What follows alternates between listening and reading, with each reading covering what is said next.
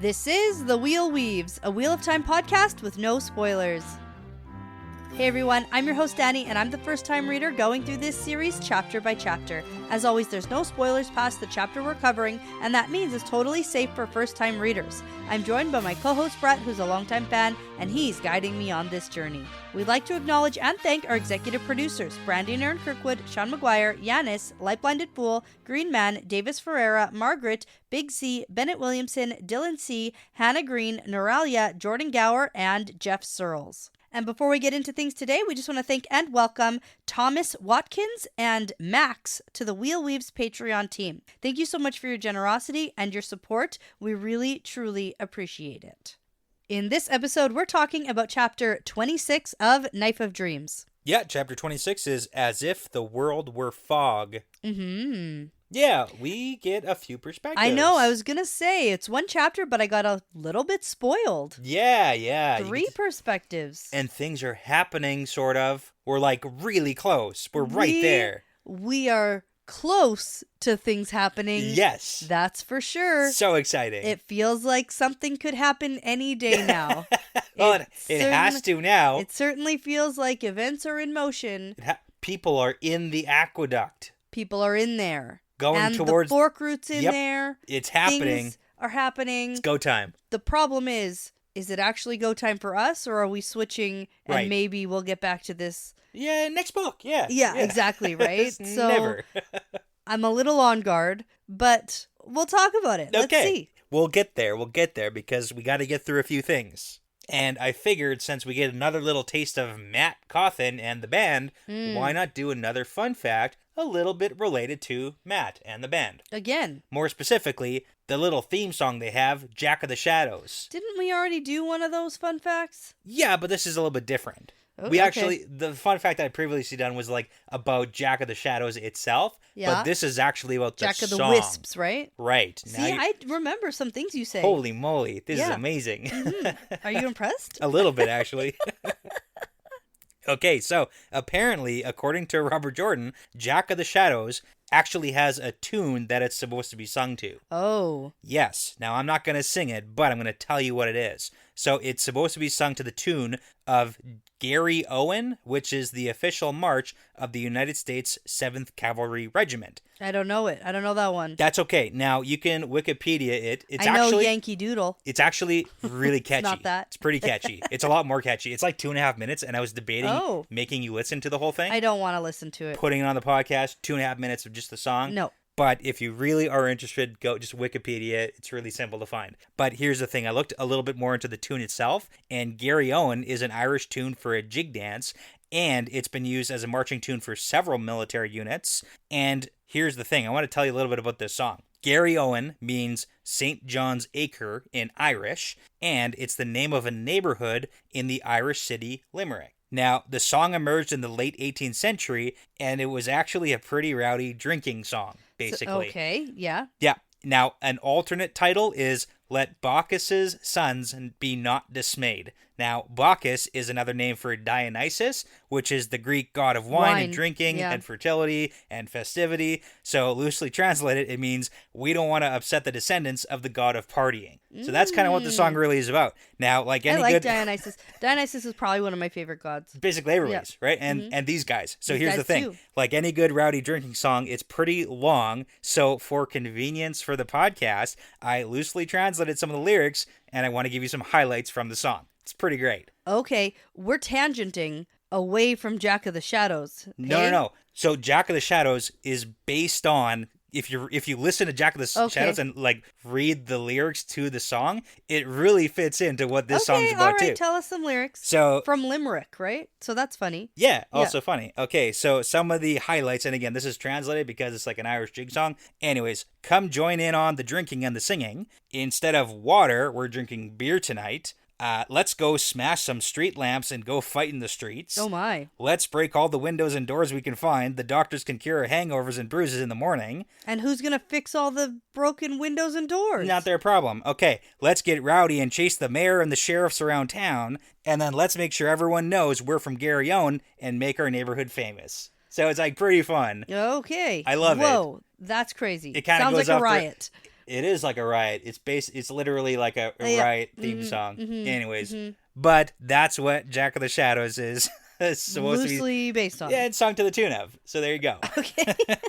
Okay. Well, as we jump into chapter 26, we see that the chapter symbol is the wheel and snake. Yeah. Because events are moving. I guess so. Okay. Now, we are going to get a two-on perspective, Yeah. basically in the next moments from where we left off. Yes, because Talmanis just like arrived. Yep. And we're heading in that direction. So now we're traveling through the forest, and Tuon is listening in on a conversation between Matt and Talmanis. But what's interesting here is that Tuon, even in her own head, refers to Matt as Toy. Yes. As if that's his first name. Yeah. Which, and again, kind of makes sense because the Shanshan are all about renaming people. Well, it would be like, okay, I call him Toy to piss him off, but in my head, I call him Matt. Yeah. Right? Nope. Nope. No. She sticks with it. Absolutely, she does. Gotta give it to her. Yeah. Yeah.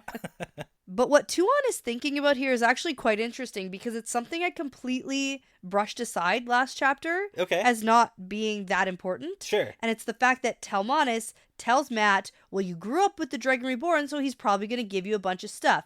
And we're like, well, Matt doesn't want that, and it probably won't happen that way anyway. Yeah. Moving on, Yeah. right? But for Tuon, that is huge news. That's new news. That is too. big news. She brand new did information. not know that, actually. Yeah. And apparently he had denied knowing anything at all about the Dragon Reborn. Yeah. And did we see that? Where he Yeah. denied it outright? So, I mean, we have a little bit of a callback. So, it was back in Crossroads of Twilight, and there was like a couple of conversations that Tuon had with Matt. One of them being like, hey, do you remember Hawkwing's face? And that was when Matt was Oh. like, what? No, I don't know what you're talking. Why would I remember his face? And that's actually a callback because we'll get to that in a couple paragraphs here. But then at some point she casually, like, she'd mentioned Rand, and he was like, why would I know anything about him or what's going on? So he's like super side Elusive. Yeah, Yeah. a little elusive, and he did a better job of like dodging that than he did the Archer Hawkwing thing for sure. Because Okay. it was a less direct question. Yeah, because she thinks I'm usually really good at catching lies, but I missed that one. Yeah.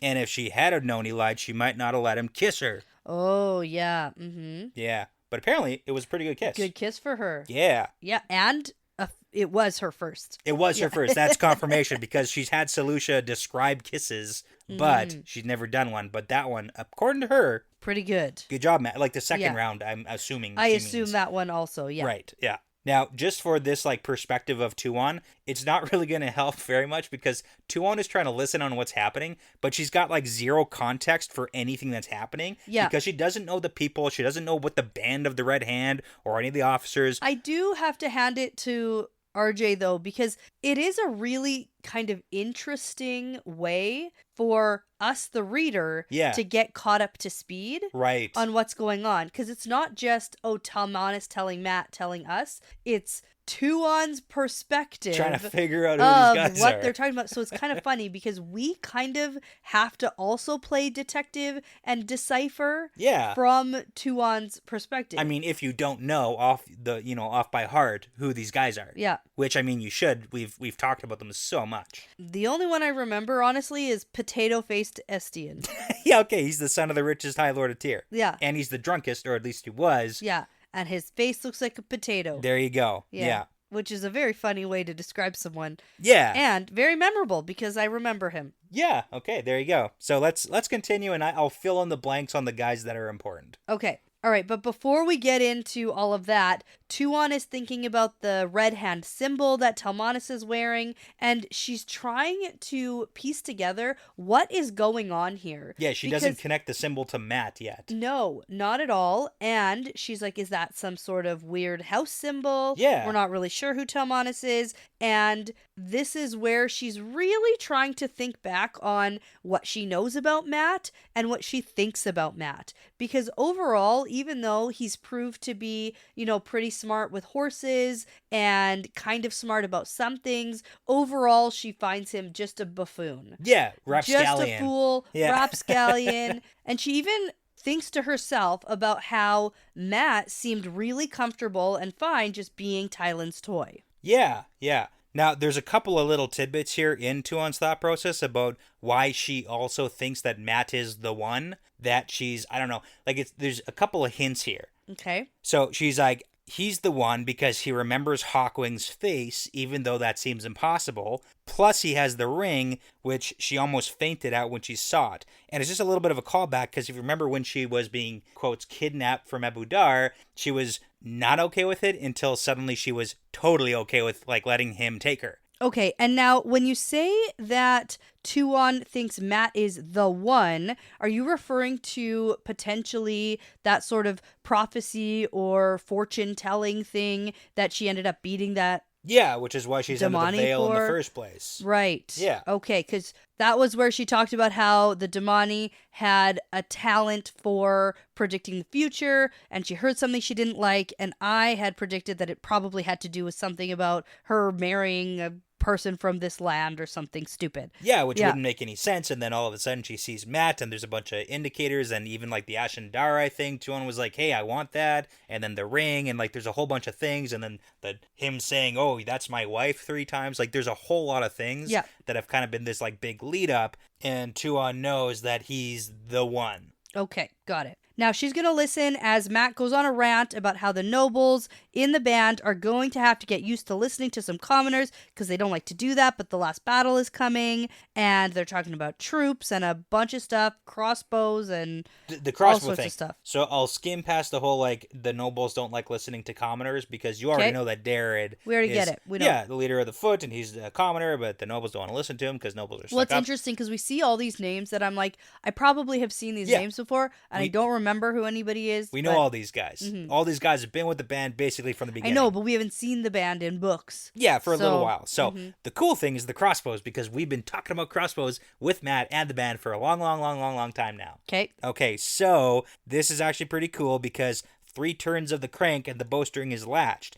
And that's really fast. Matt's like, whoa, that's crazy. Even Solution and Tuon are like, whoa, that's crazy. So typically with like a heavy crossbow, you have like a lever thing that basically requires you to put the crossbow like down and then attach the thing and pull the string back. And it takes a long time for you to load it up and fire a single shot. But with this crossbow crank, where you can just go crank, and it's reloaded, you can fire 7 or 8 bolts a minute, and it just speeds it up like phenomenally. And it's really crazy because crossbows are way easier to train people to use because you just point and aim and shoot.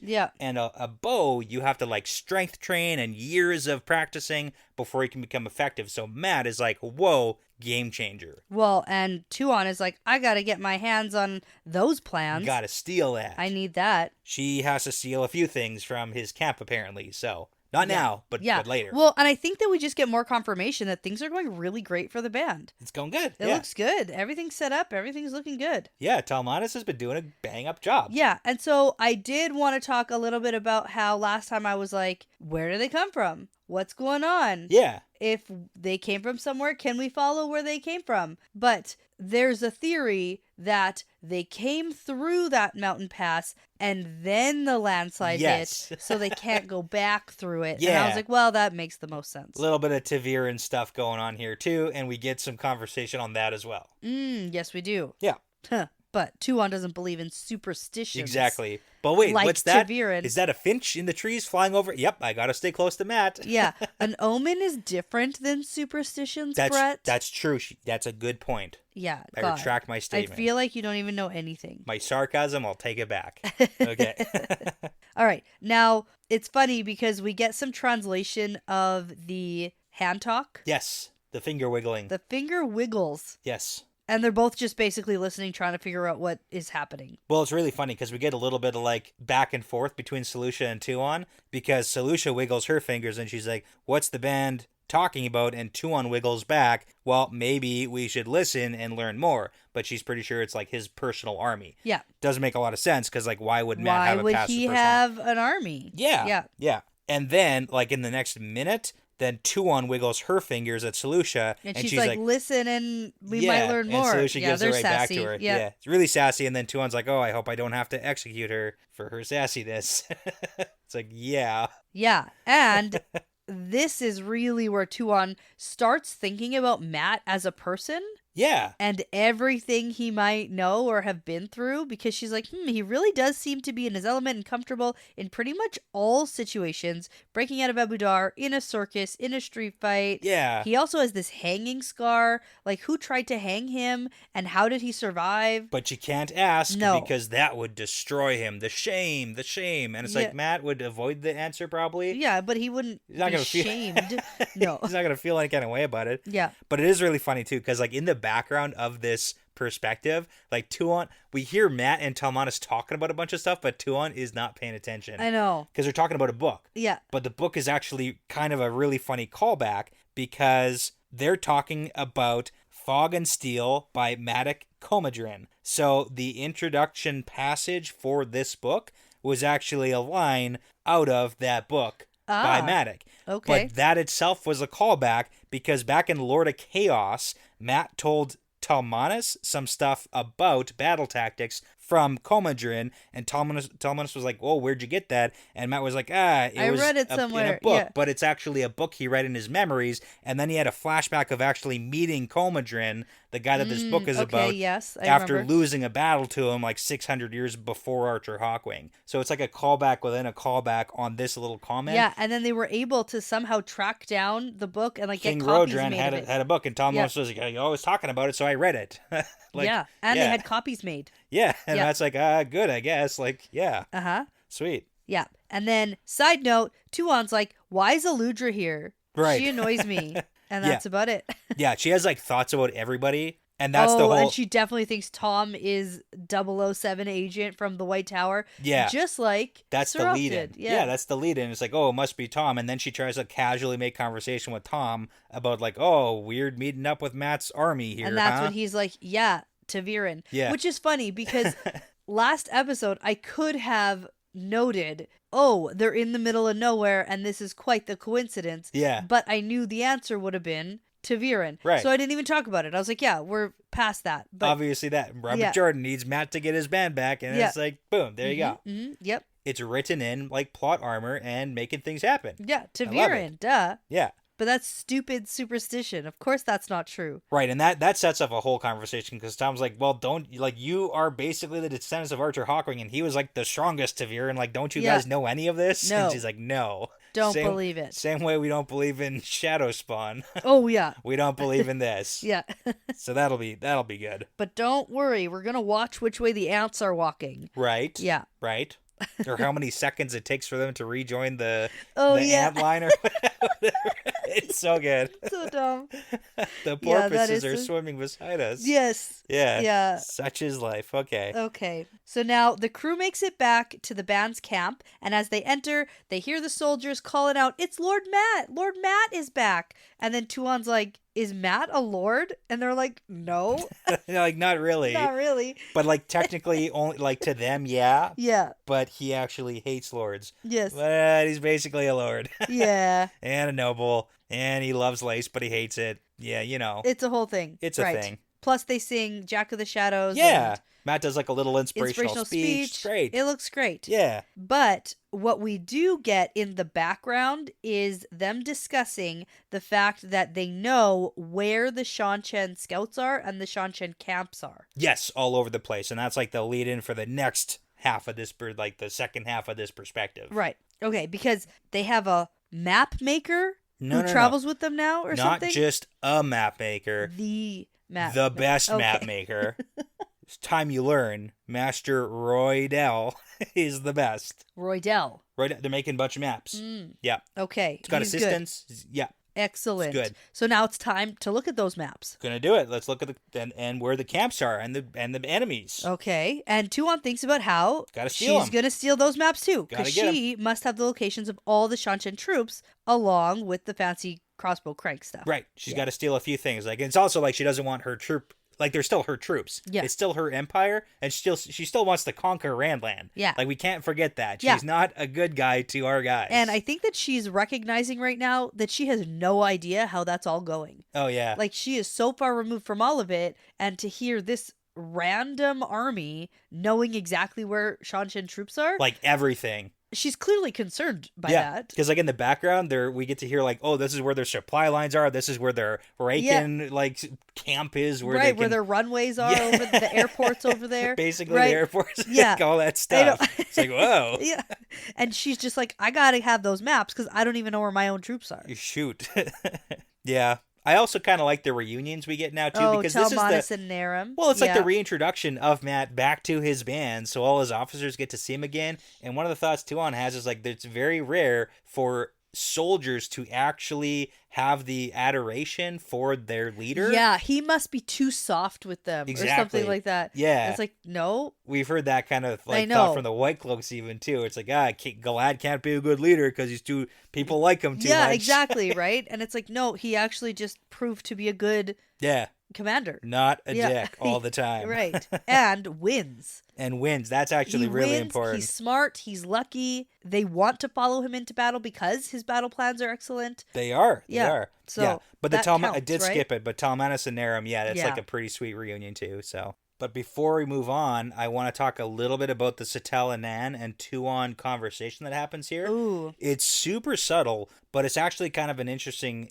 perspective because this entire journey from Abu Dar, we've seen Satel basically cozy up to Tuon. She's always there, always in like the wagon, and always talking with her, and always around, and always kind of defending her from Mad, whatever you want to call it. But they have a conversation about the world and how things maybe aren't in line with your culture, and that's okay, and maybe the way your culture isn't the way it should be. Yeah. And then Tuon basically says, no, like wrong, back at you except also. for you. Yeah. Yeah, and then Tuon has a thought like, oh, it's clear that Satel Anan's been trying to convince Tuon like, hey, you should leave your way of life. Reminder that Satel Anan is a former Aes Sedai. That's right. And really doesn't like the whole Damani thing. And then Tuon thinks that she's trying to do the same thing back to Satel Anan. Right. Like trying to convince her that, oh, our way is the good way and yours is the wrong way. So it's like maybe that's why Satel is actually sticking with Tuon so long. Maybe. Good luck. Yeah, I mean, good luck. We're not making... We all wish you good luck. It's not a lot of progress here, but... No. There you go. I know. I think at one point I was like, oh, Tuon's going to change her ways. That prediction is in the garbage now. Oh, it is? Okay, oh, yeah. She's pretty firmly entrenched here. Oh my God, it is so entrenched. Yeah. It is just, nope.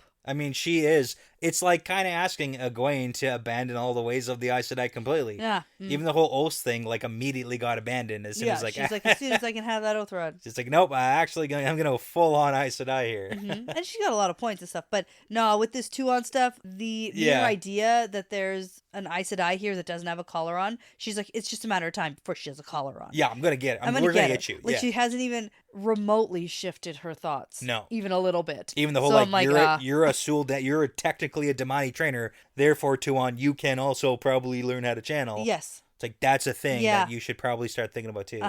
Anyways, we're just going to not think about that. No time for that now. Yeah. Yeah. Now, after that, Tuon focuses back on Mat, and he's asking the map maker more about the soldiers and where they are. And then Tuon asks what he's doing because there's no way he can be planning to try to sneak everyone out of Altara when he knows where the Shanshan camp is. Yeah, like there's too many guys. They have scouts, they have Raken overhead, and all the officers like laugh, and they're like, nah, Matt's planning a battle. It's been too long. we can't wait to battle. We're going to do it because we always win and we got to fight for Matt. It's great. And Tuon's like, a battle won't get you out of Altara. And then Talmanis is like, well, in that case, he's planning a war. And they're all like, ha ha ha, hilarious. Yeah, and then she's like, oh, I'm surrounded by crazy people here. Yeah. And then she's really seeing Matt in a completely different light for the first time in his own element here. And she thinks this guy isn't a buffoon. He's a lion on the hunt. And she realizes she doesn't have a clue who Matt Cawthon really is, even at all. I love it. It's Matt Bloody Cawthon. Yeah. He's like the battle general. Come on. It's great. He certainly is. And, I don't know. Boo to her, I guess. Yeah, I mean, it's good to see a perspective where she is starting to realize, like, who she got into bed with here, so... Well... Metaphorically, of course, because we've just kissed. I also do like that she is knocked down a couple pegs, because she is quite arrogant and thinks she knows everything, and... That's true. Absolutely does not. And Matt has been doing a good job of keeping his cards pretty close to his chest. Yeah, There's a lot that he doesn't share right away, and... normally I'm like, you should probably tell people about this, but not in this case. I think he's done a good job. Yeah, it's good. Okay, I like it. It was a good perspective. Yeah. So let's take a quick break and then we'll jump into our next one. Yep. All right, so we're back and we are going to jump into a Perrin perspective. Yeah. And it has been a while. It has been a little bit. Although we did get some color swirls of kind of seeing what Perrin's up to. Yeah, we did. Last time we actually saw them was like around chapter, 12, and they were at the manufactory, and they were getting the fork root, and Beetle Guy. Yeah, Beetle Guy, exactly. Oh. Yeah, yeah. I remember. They got the fork root, and then it's like, okay, now we got to implement the plan, and now we get to see the plan. Yeah, so it is nighttime, and Perrin is at the edge of a tree line, and he's watching 4 big windmills, and he knows the city of Malden and Faile are just one more ridge to the west. Yeah, so they're real close. And now I just want to mention that at some point here, we learn that Perrin has been without Faile for almost 54 days. Yeah, he is like hours away from tying the 54th knot on his little leather cord. And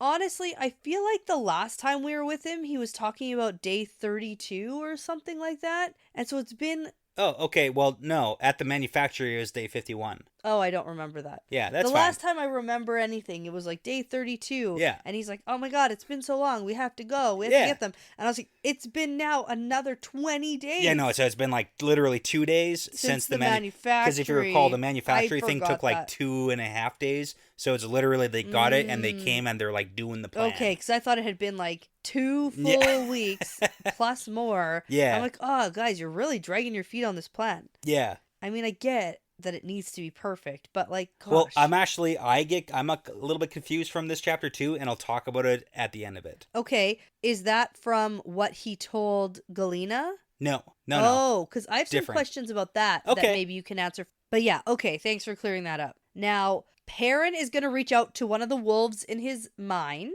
Yeah. And is like, are you guys ready yet? Are you ready yet? And the wolf is like, no. Yeah, it's Snowy Dawn. Snowy Dawn. Yeah, the wolf is like, no.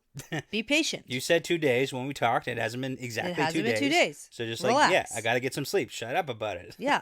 So Perrin needs to practice a little bit of patience, and then we get the whole scene where he sees the Aiel pop up near the windmill, and then he's like, okay, the plan... It's go time. Windmills are still deserted, like, we gotta go now. So that's what Misham up. So if you recall, this little Shanshan alliance he has going on, so we've got Banner General Ty Lee, she's like the head honcho, and then the captain is Mishima. Not Masima, Mishima. Okay, yeah. Yeah, there you go. So he is the guy, and Perrin's like, come on, we gotta go. And then they start wheeling like the big 6 carts of fork root towards the windmills where the aqueducts are. Right, okay. And that's the plan. We're gonna poison the water supply. Right, so we're not inviting them all to tea. We're not doing that. We're going to poison the water supply and hope that everybody drinks water today. Well, it's not poison. It's kind of poison. It's like specifically to channelers. Somebody poison the water hole. It's basically poison. Okay, fine. That's the plan. Mm-hmm. Yeah, and if you recall, drugged the water. Okay, fair. We're gonna drug the water. If that makes you feel better. It does. Thank you. Well, it's kind of funny, but literally since the beginning of Malden being introduced as a place, we have been like hinting, talking about all this water, talking supply, about the aqueducts, like from the beginning. And you like made me talk about it, and I was like, I don't care. I did a fun fact on aqueducts because I'm like, yeah, we gotta know the aqueducts. We gotta know. Yeah, we didn't know it was a plan, but now it's the plan. Now it's the plan. Yeah. Okay, so Perrin rides ahead, and he meets up with Gull, Sulin, and the maidens. Yeah. And this place has been abandoned by the Shadow, so we're basically good to go. Yeah, there's like a little bit of a, I guess, world building too here about how the Shadow are doing. So they have basically abandoned the windmills and the aqueducts because they're super squeaky. They're not being greased. Like the Shadow don't know how to take care of windmills and aqueducts. No. And they don't know how to farm in this country either. And there's a bunch of little hints like the Shadow shouldn't be here. But they're hunkering down, but they shouldn't be here. They don't know how to live here. Well, because that's like the savannah who's like, I want to be a wetlander. Exactly. Right? Until literally like next year when all the infrastructure breaks. Well, they don't know that though. Exactly. They don't know that yet. They're like, the water flows. This good. Is just how it is. Yeah. For now. There you go. Now everybody's a little bit on edge, but we're going to do our jobs anyway. Yeah, because like the Shanshanayil, it's a tenuous so they alliance. Start spilling the fork root into the aqueduct. Yep. And watch as it flows away. There you go. Then just dump it in there. Let's get going. That's what we're doing. That's We're what- steeping tea. Yeah. Yeah. Basically, Are we imagine. not going to notice when all of our water tastes like mint? Or by that point, it doesn't matter? Hopefully, it's diluted enough, and like even a Yeah. little bit of fork root really f's up the channelers. Okay. And parents thinking, hopefully, they all drink water because like they're Aiel, they're probably Yeah. gonna drink water. Yep. And hopefully, they don't start like passing out before someone notices, like, oh, it's the water. Yeah. And then he's hoping that maybe even some of the Aiel themselves will drink enough water. I'm thinking the hungover Aiel, because they're all drinking, right? Like a bunch of the. Sure. Okay. If they're hungover enough, they drink a bunch, and then they're gonna be incapacitated, not just because they're hungover. Because they drank the water. Sure. Too much Sure. water. Okay. Well, now for the shocking bit. Right. This is it. We're all just going to climb into it and walk. Not all of us. Only like 80 people. Oh my God. It's so many people are 80 climbing to 100. into this It's like aqueduct, somewhere- which is essentially just a big sewer tube, Yeah. right? I imagine it like a big fun water slide. That's what Oh I my like God. to imagine. No. And it's like slippery. So it's like, There's like sludge on the bottom. yeah. Yeah. And also yuck. So it's Like kind of this like is the drinking water and it's like running through all this like gross sludge. Yeah. And then now people are just going to walk through it. I don't know. It seems gross. ride the slide down to the city. I don't think they're riding anything. I think they're walking down through it. You're not going to change my mind. Anyways, Okay. I got to give mad props because Seonid, the Aes Sedai, is the first one to like go. Which is like usually you don't think of Aes Sedai really getting their hands dirty. Oh, I disagree, but okay. Like I know Moraine always Yes, did. yeah. But other than that. No, I see that Aes Sedai always want to be in charge and take the lead. And if she can take charge on this, she's going to. And we Okay, need okay. channelers down there first because as soon as the wise ones are like incapacitated, we want to start like channeling and shit, right? Well, there's literally one. There's one Aes Sedai going. Oh, is that it? Yeah, so I like thought that's there not was more channelers. no. So we've got Seonid and her two warders. We've got Missouri's warder who also goes down the water slide, and they're like, actually, Perrin, we don't need you to tell us to be Okay, it's careful. clearly not a water slide because their plan is to walk back yeah, through but the aqueduct. it's not going to work though. It's not going to No, work. and one of the guys is like, "This is going to be impossible to come back." And then Yeah, Perrin's like, what if we like? it doesn't How matter. about 2 miles of rope? Is Yeah. that going to help? No, can't it's do not. that. Okay. And then they're like, "Well, we'll deal with it later." Yeah. Go. Okay, so we got Seonid, 3 warders total. Missouri is not going down the aqueduct with Seonid. Then we've got a bunch of the maidens. And then we've Elias. And Elias. Elias also goes. And then we've got like 50 of the Two Rivers men who all volunteered for the mission. And Talonvor. And Talonvor. Yeah. So, yeah, roughly 80-ish people. Okay. Somewhere around there all go. Just let me have it. Down the water slide. Okay, fine. Okay, thank you. Whatever.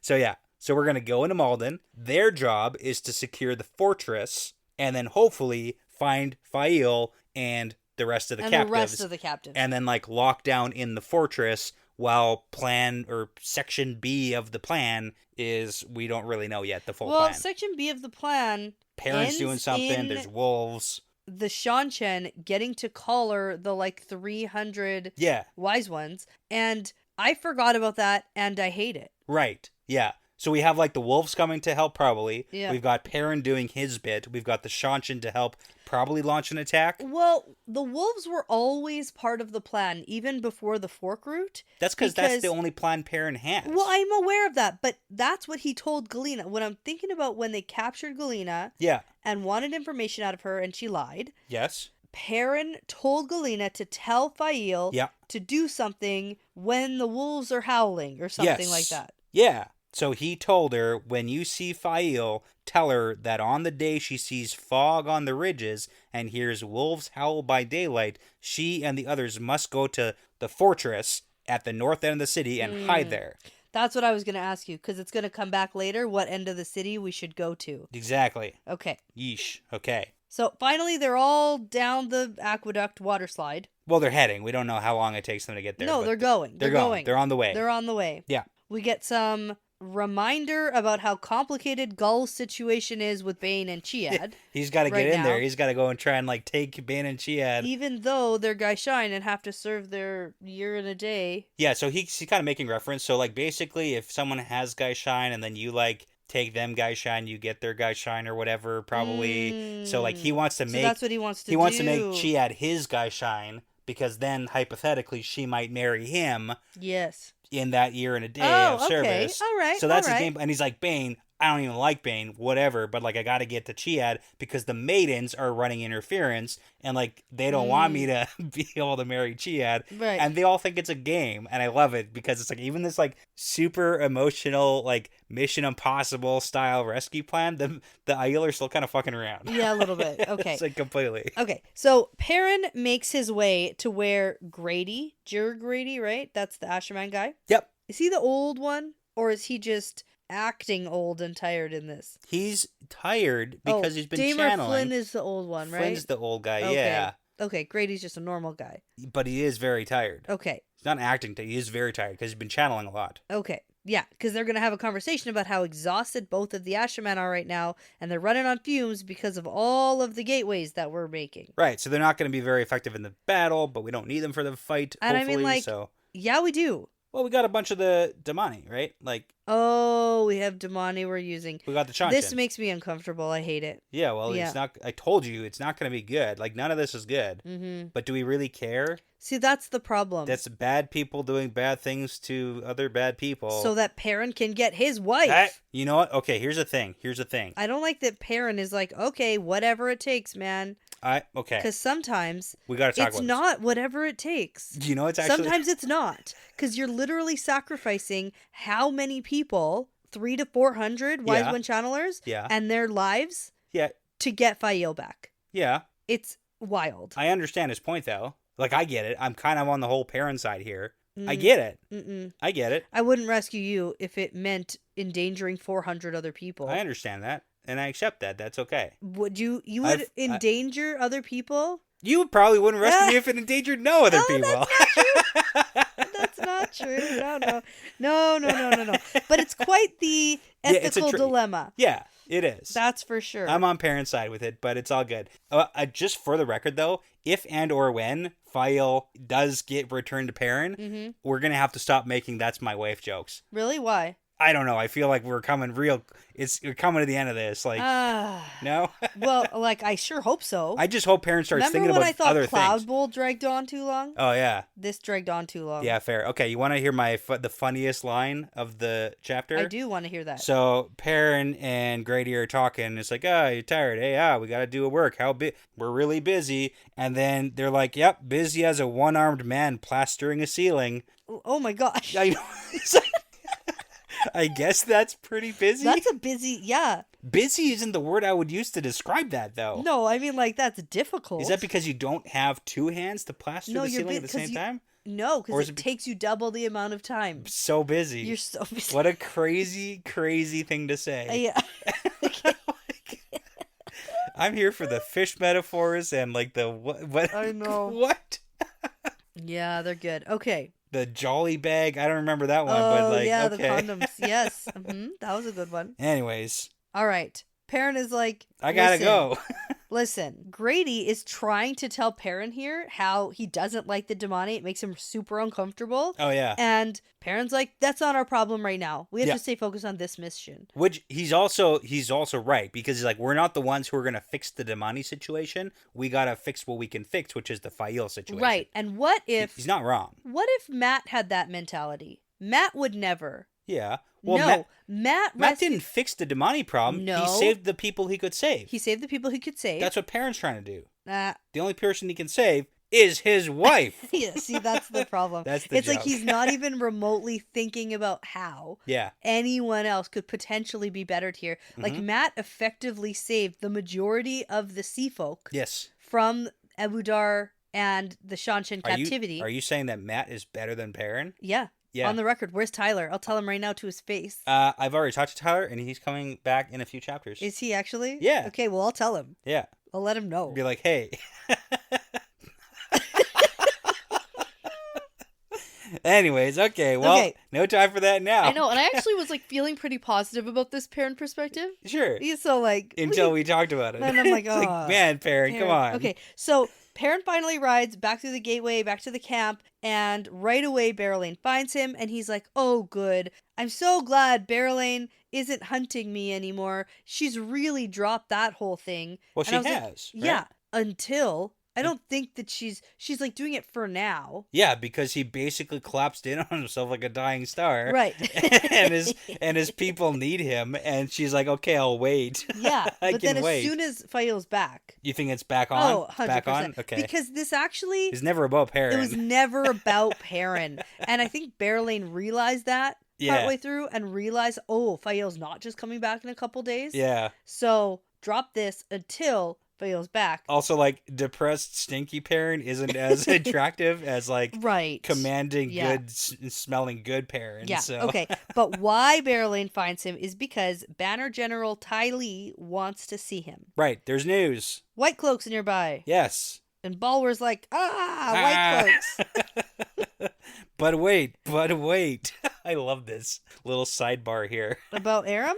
Yeah, Aram's Linny's like, I want to go to bed. So Linny, the old lady Linny. Yeah, I know Linny. I want to go to bed. We all know Linny. And Aram's like, I want wine. And Linny's like, don't give him more wine. He's a drunk baby. He's an angry drunk baby. Don't give him more wine. And Aram's like, I'm going away now. I'll drink wherever I want to drink. Perrin's like, he's for sure going to Massima's camp. Yeah, because Aram was pissed off. It's so bad. That he didn't get to go on this mission. Yeah. And Perrin even thinks he's way too hot-headed. He'll ruin everything. Yeah. So? Sucks. Mm-hmm. So, anyways, that's the funniest little Aram sidebar. is going to be a problem. He's like more of like a drunk baby problem than he is now. You know what I mean? He's going to be even worse. Yeah, it's going to like if you think drunk baby is is bad. Aram drunk baby. Yeah. It's gonna get worse. Okay. Hey, you're picking up on my whole. It's gonna get worse. Yeah. Well, Aram's been on worse. my sus list for a very long time. Yeah, I know, Since but he's like tantruming though. Yeah. Yeah. I like Faile too, like the Shanshan commander, and she's like, loosely run household you got here, buddy. Yeah. And then Perrin's like, yeah, because nobody around here is property. It's like, whoa. Bitch. It's like, guys, we got to focus here. Anyway. We got to save his wife.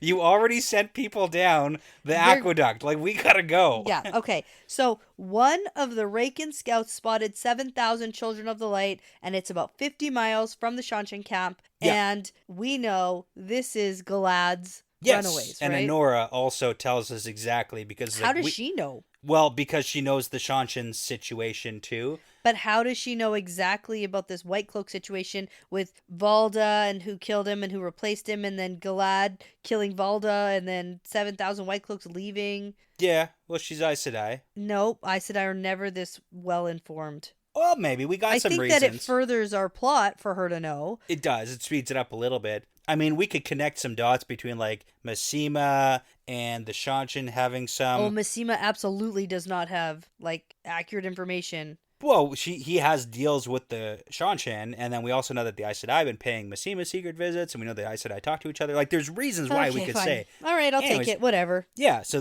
basically we get a recap of the exact situation. And it doesn't matter. Perrin's like, this doesn't matter. Because if it was actually important, Perrin calls out Faile, and he's like, they're clearly not an immediate threat because they're not moving towards you, because if they were, you would have said that. And she's like, well, no, but they're supposed to be executed on the spot because they're deserters. And he's like, I don't care. My wife. Right. We have a job to do. In this moment, I also agree with him because, like, literally the plan for Malden is enacted.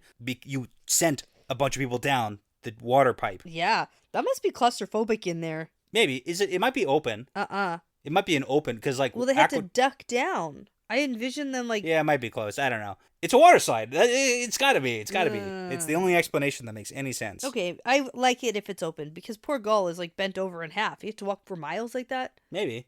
Okay. Maybe there's, like, open sections. You know how water slides are like? Oh, my God. Sometimes there's, like, closed sections and sometimes there's open sections. Sometimes there's a straight drop. Sometimes there's a loop-the-loop. It's really hard to envision what this aqueduct really looks like. But anyways, okay. We don't have time for the White Cloak sidebar mission no time. that are close and don't actually pose a threat. Okay, so we have another piece of news. I just have to say, confirmation, Galad is in fact in charge of the White Cloak rebels. Yeah. Because when we saw him, it was kind of like we're not totally sure. Okay, yeah. Because Galad was like, haha, no. But then the guys were like, ha, yeah. And he's like, I hope not. Yeah. Okay, got it. Yeah, there you go. But we do have a second piece of news. Right. So Faile says there are 2 large parties of Aiel heading toward Malden. Yeah. And they'll be there in 3 days. And then... This is the part that I'm confused by. The whole world ripples? Yeah, world ripples Reality ripples. Why are you what do you mean you're confused by that? Okay, so we get this reality ripple. They're pretty close. Well, we don't actually know how close, but they're relatively close to the Shido camp. Yes. And we get these 3 ripples of reality. Yeah. And we get the whole like, whoa, what's that? And we get the whole Perrin saying, it doesn't matter because my wife, whatever. The whole thing I'm confused about is that we saw 3 reality warping ripple effects in the Shido camp from Faile's perspective back in chapter 5. And the chapter was literally titled Something Strange. Yes. And we saw the something ... strange. 3 reality warping ripple effects, and they were also like, whoa, that was weird. So I don't know, is this supposed to be a timestamp for us of like, this is the same ripple? Are they experiencing it at the same time? But I'm pretty sure that was during the day. They were like washing laundry. Yes. Weren't they? And yes, so it's like that, but also it's like weird because it was 3, so I was confused by that. And also the number of like the timestamp on how many knots, because that was before Perrin even went to the manufactory. Yeah. And that was at 51 knots, and this is at like 53 and a half, basically. Yeah. So it's just, I don't think it is, but it's just weird. I think that it's just more. I think that it's just the same thing is happening in this area. Which is fair.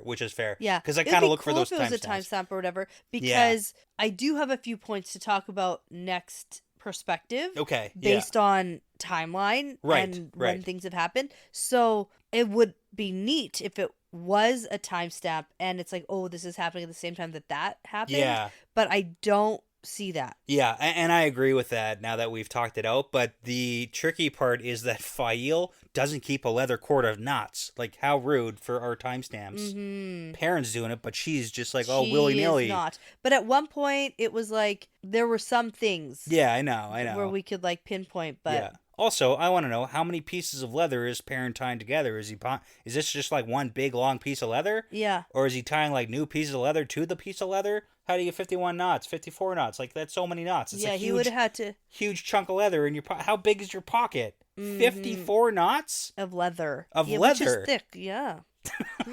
Yeah. Okay. The real questions here. The real ones. All right. Now... This whole thing makes everybody very uncomfortable. Yeah. Perrin feels as if the world were fog, which is the chapter title. Yeah. And nobody knows what's going on. But afterwards, Perrin's like, you know what? None of this matters. Yeah. Even the Aiel coming, it's going to be done. Because this will all be over in 3 days. Yeah. And so if more Aiel show up, I could care less because I'll be out of here with my wife. Yeah. And that's it. Hopefully. For this perspective. Yeah. Hopefully he's out of here with his wife. Hopefully. Don't make me Faile wait a whole nother book. Phase Don't 2. make me wait a whole nother book. Don't do it. He's getting rescued, and she's going to get kidnapped again by the new Aiel.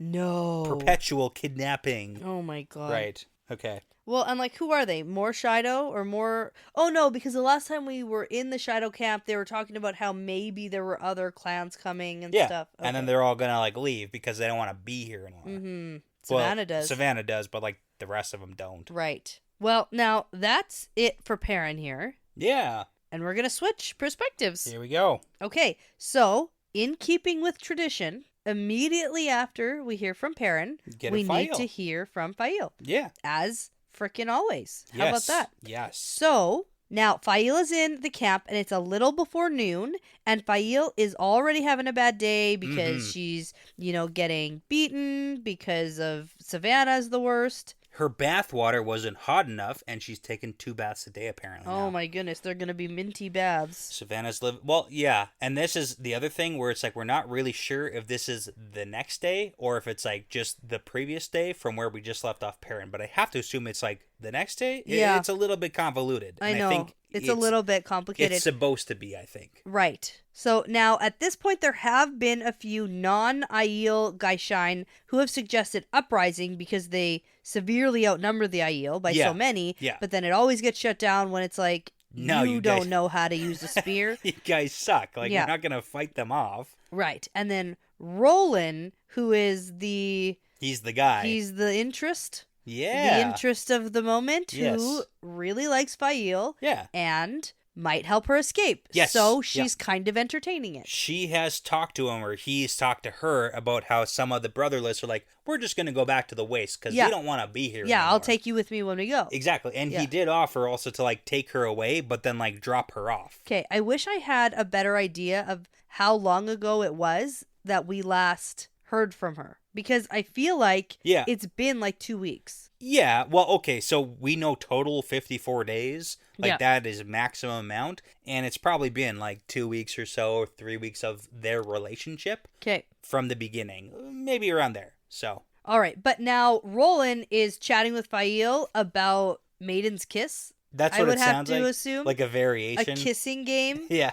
Yeah. I don't know if it's actually Maiden's Kiss, because like he's not a maiden, she's not a maiden, but... Yeah. Variation. Similar. Yeah. Where he's like, it's fun when you lose too. Exactly. Like one of those games. Kissing. Yeah. And then this is when Faile sees Galena hurrying through the crowd of people looking for her. She doesn't look good. No. Right. And nobody really seems to be looking good. Everything is like really muddy, and even the people in Geishine White are like muddy. Well, yeah, so here's the recall. So we got to see Galena show up with Perrin at the prologue of this book. And in that meeting, she got taken by Perrin's people. And she was like, I got to get back because Tharava is going to beat me if I'm not on time or whatever. Yes. And then she was late. And then basically she got super tortured, like had to be naked for a long time, you know, all that stuff. And she right now, like, doesn't have hair. It's barely growing back. Literally this morning she was allowed to have her clothes back on. So Galena is having a rough time. And that all stems also from the Perrin taking her, like basically kidnapping her for the couple of hours or whatever it was. Yeah, okay. So now Galena darts up to Faile as soon as Roland is gone and starts demanding, where is it? Where is it? I know you have it. You must have it. Yeah. And I actually forgot that Faile did have the oath rod. They got it. Yeah. Because the buddy and his son. Right. Like, the buddy and his son. It's like randomly. We got it. Right. Hooray. They said you wanted this. Yeah. Yeah, right. Okay. And I was like, oh, I forgot that happened. Super duper. Yeah, and then they have a bit of a standoff, but then Galena snarls and promises that she'll bring them along when she escapes. Yes, yeah, because that was the promise that Galena's made a couple of times. It's actually kind of funny because back in the Perrin perspective, there's actually a book correction because Perrin thinks about the meeting with Galena. But when Galena introduced herself to Perrin, she introduced herself as Alice. Oh yeah, a different name. Yes. Yeah. And so that was actually a book correction that had to be fixed because it said Perrin thinking of Galena, but Perrin doesn't know Galena. He knows this Alice person. Interesting. So, okay. Yeah. Well, and Galena does this promise pretty grudgingly, and then Faile's like, well, at least I can trust her because she can't lie. He's like, yeah, so it's bad because like literally as soon as you give Galena the oath rod and she can take the oath off herself to channel, she can kill you because she's also Black Aja. I know, but still, Faile is wary of Galena still, and is like, even if she doesn't help me rescue, like, I'll get out myself. Yeah, but it's like super frustrating too because Faile still views Galena as an Aes Sedai who's in control of the situation she's in. Yeah. She's like, because they slap each other. Oh, they do. Galena slaps Faile. Faile slaps her back and then braces herself because she's like, she's going to hit me with the power. Oh. But then it never happens and she's like, that's weird. Like Galena is this shaved, like headed woman who's been beaten multiple times, who had to go around naked for whatever days. And she's like, but she's Aes Sedai. She must be in control. It's like, no, Faile. Come on. No. Nope. Not. Oh, no. Not. Very much not. All right, so Faile tells her that the rod is hidden in the town, and she'll go and retrieve it now. Yeah. But Galena's like, no, are you crazy? We have to do it when there's nobody around. Yeah, because if you do recall, Faile did hide the rod because she's like, they're going to turn the camp upside down looking for it, and she was right. Yes. Yeah. And that must have been a while ago now. A little bit. Because probably a little bit. that's the thing I wanted to talk about in terms of timestamp. Yeah. It's like, when did we get the oath rod? How long has it been missing from Savannah? And that's the tricky part, I think, because Faile doesn't really keep track of days, but I think around there, maybe she said like about a month. So that would be about 40-ish days. Yeah. And now it's maybe like a week and a half. Like, it's pretty I don't know. convoluted. Yeah, I know. I can't really figure out what's going on. Yeah, and without like actually going back and counting, I know. I don't have the exact days, but like roughly we could say maybe a week and a half. I think that's a fair estimate. Okay. It's good enough for our purposes right now. Okay. So this is where Galena's like, meet me tomorrow morning at the south end of town. And then that's when I was like, ooh, what did Perrin say? Where is she supposed to go for the rescue? And it's the north end of town. Yeah. And so if I'm assuming that tomorrow is like day 2. Right. And that's when the rescue is go time. Yeah. But she's in the wrong end of town. That's bad. That's bad. Yeah, probably. But I mean, whatever at this point. It's all going to be chaos no matter what. Like, It's not actually going to go so nice and smooth and great. Yeah. You know? Yeah. It's not great. Okay. Okay, so south end of town, and she'll mark the building with a red scarf, and then Faile's like, why there? It's all burned down and ugly and stupid. And Glee's like, because nobody goes there, idiot. Which is fair, too. Like, if we're going to do this trade-off for this, like, item you're not supposed to have. Yeah. Gower, you're not going to be caught. Yeah, that's fair, but I think it's more suspicious to be going there than to just, like, in the middle of town, trade off, like, laundry baskets. Exactly. Like, right? up my sleeve. No one is paying attention to you because you're, like, one of, like, thousands I think, too, but... Yeah, I agree. But I mean, we have a bit of a plan, but then also Faile's like, okay, well, if that plan doesn't pan out, I still have Roland. Yeah, so Faile thinks she should be feeling pretty good about this situation, but she doesn't really because Galena seems wild and crazy and unpredictable, but she's isolated. So it's like this whole thing, and she's like, I don't really know. I guess we'll see. I mean, and I guess if you like really,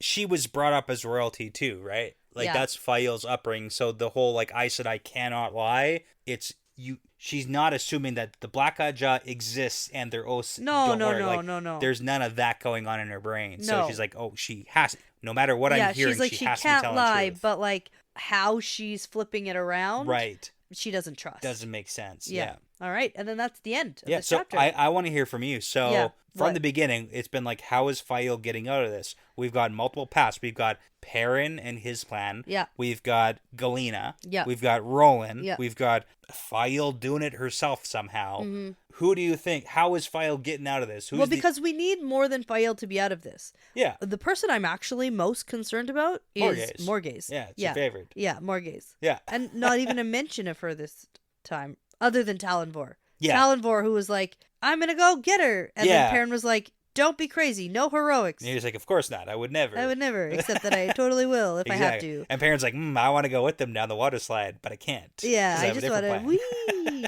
No. Okay. How are they getting out? I don't know. Yeah. I think that there's going to be a crazy Are we getting showdown. Out? Yeah. Oh, Is anyone dying? Maybe. And if so, who? I don't know. Because like the big three, we got Faile, Morgaze, and Alejandra. Oh, yeah. They're not dying. Those three are safe? Oh, yeah. Why? I could easily kill off Morgaze or Alejandra. Morgaze? No. Why not? No. What purpose does she serve? No, she needs to go tell Elaine that she's not dead. Does she, though? Yes. I feel like Elaine's come to terms with the fact that her mom's but dead. That's why. She needs to know the truth. If anyone needs to hear it, it's like Gowan needs to hear that. Everybody needs to hear the truth.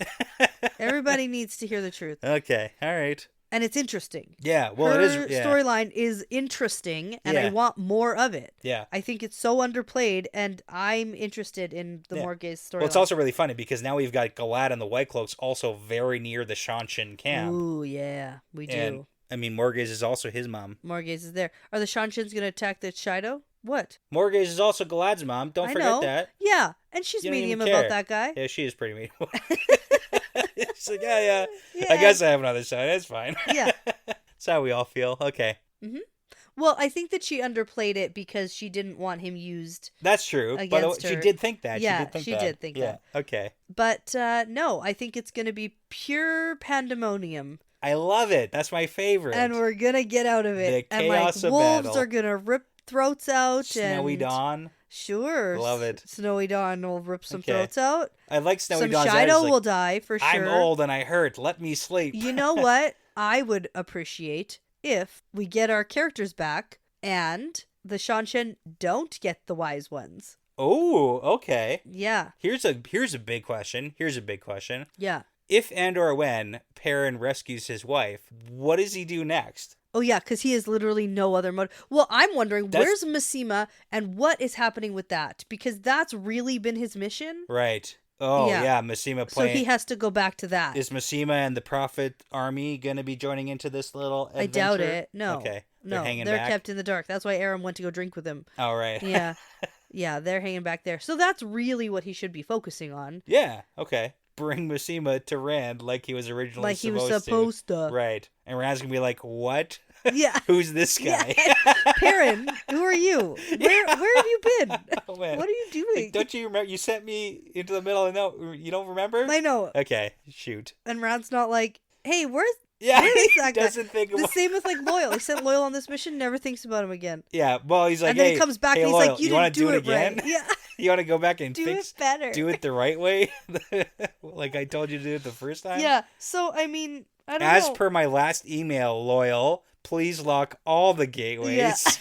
The gates, not just the ones you can... Oh my gosh. Man. Yeah, okay. that's bad. Shoot. However, I don't want to wait to find out. Okay. If this drags on and on and on and on Yeah. past this book, if there's no resolution to this Shido garbage, Yeah. I'm going to be upset. Okay. That's how I'm feeling. Like, you remember the Cloud Bowl? I'm feeling similar. Yeah, fair Here. enough. Yeah. Fair enough. Okay. Yep. Okay. Yep. All right. That's it. But I'm liking how quick we're reading. 2 book chapters in a week. That's Mhm. exciting for me instead Yeah. of just 1. Yeah. So here I go. I get to go read again. I feel like we were just here. Exciting. All right. So before you go start your plan by having a fun slip and slide time down a water slide, I'm going to say that this is part of the pattern now. Yeah, it's part of the pattern.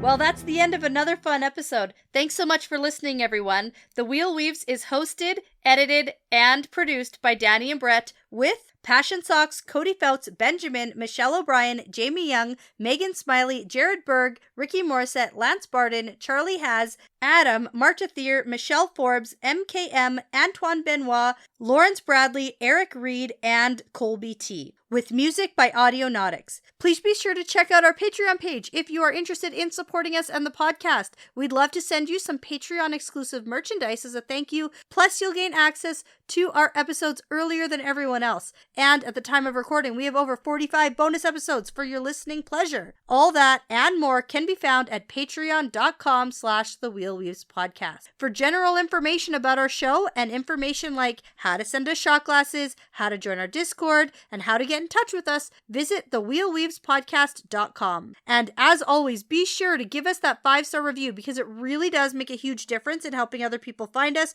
because of algorithms and all that fancy stuff. And be sure to tell a friend, Riyadh, because referrals really are the very best compliment you can give us. Thanks again for listening. This really is part of the pattern now.